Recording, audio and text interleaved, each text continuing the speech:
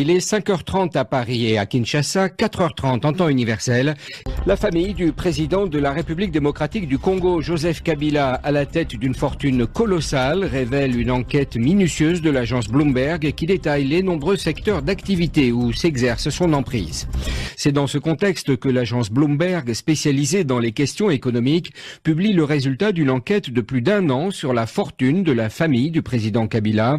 Des dizaines d'interviews et des milliers de documents d'entreprise ainsi que des documents judiciaires révèlent que Joseph Kabila et sa famille ont constitué un gigantesque réseau d'entreprises qui s'étend dans tous les secteurs de l'économie congolaise et qui a rapporté des centaines de millions de dollars à ses membres, dit Bloomberg. Les explications de Léa-Lisa Westerhoff. Des participations dans au moins 70 entreprises. La famille Kabila en est souvent le principal actionnaire ou l'un des gérants.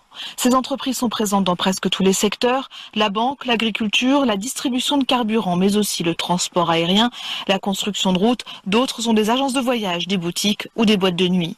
Le secteur minier n'est pas en reste. Joseph Kabila, sa femme, ses 2 enfants et 8 de ses frères et sœurs contrôleraient ainsi plus de 120 permis d'extraction d'or, de diamants, de cuivre ou de cobalt en République démocratique du Congo.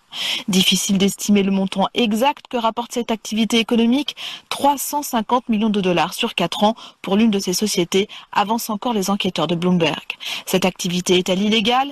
L'article 96 de la Constitution congolaise interdit au chef de l'État toute activité professionnelle, mais pas à sa famille. Ce qui explique sans doute que le président lui-même n'est associé qu'à 2 entreprises. Cette enquête est en tout cas une première. Jamais les Congolais n'ont eu accès à de telles informations concernant leur président et son immense richesse.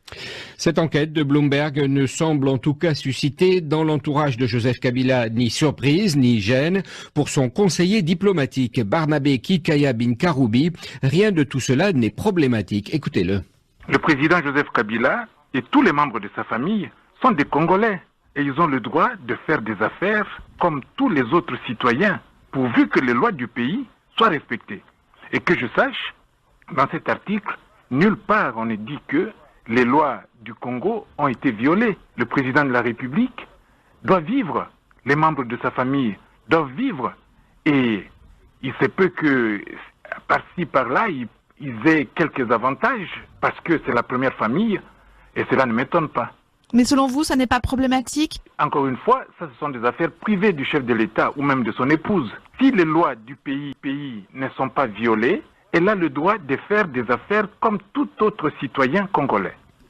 C'était Barnabé Kikaya Binkaroubi, conseiller du président Kabila, joint au téléphone par Léa-Lisa Westerhoff. Le souverain.cd